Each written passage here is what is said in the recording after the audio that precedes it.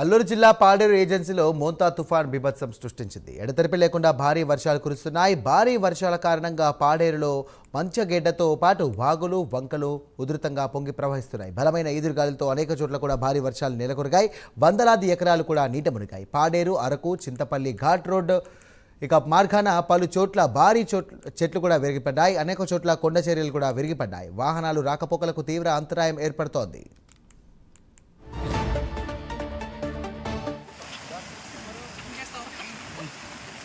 మీరు కూడా ఎలా అండి మామ ఎలా అండి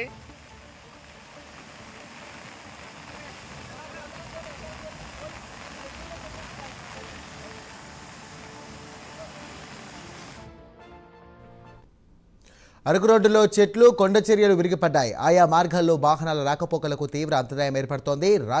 రంగంలోకి దిగినటువంటి సిబ్బంది వాటిని తొలగిస్తున్నారు. భారీ వర్షాల కారణంగా ఆర్టీసీ బస్సులు కేవలం డిపోకి మాత్రమే పరిమితమయ్యాయి. దీంతో ప్రయాణికులు తీవ్ర ఇబ్బందులు పడుతున్నారు. లోతట్టు ప్రాంతాల ప్రజలను కూడా సురక్షిత ప్రాంతాలకు అధికారులు తరలించారు.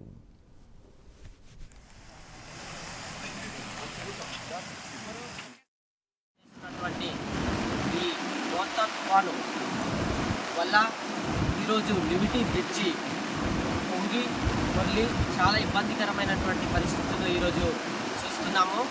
ఈరోజు ఈ బ్రిడ్జిపై నుంచి ప్రతిరోజు బయట మండల కేంద్రానికి వెళ్ళాలంటే దాదాపుగా ఒక 15-16 పంచాయతీలు 400 గ్రామాల ప్రజలు నిత్యం ఈ రహదారిపైనే రాకపోకలు కొనసాగిస్తుంటారు.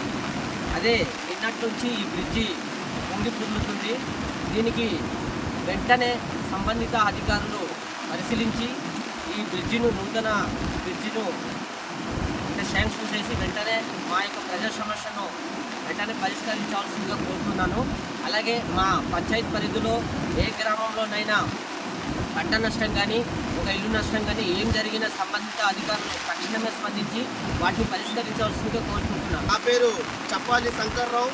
నేను ఉక్కుంపేట మండలం ఈసా అధ్యక్షుడు, అలాగే Telugu Desam party Araku assembly organise secretary.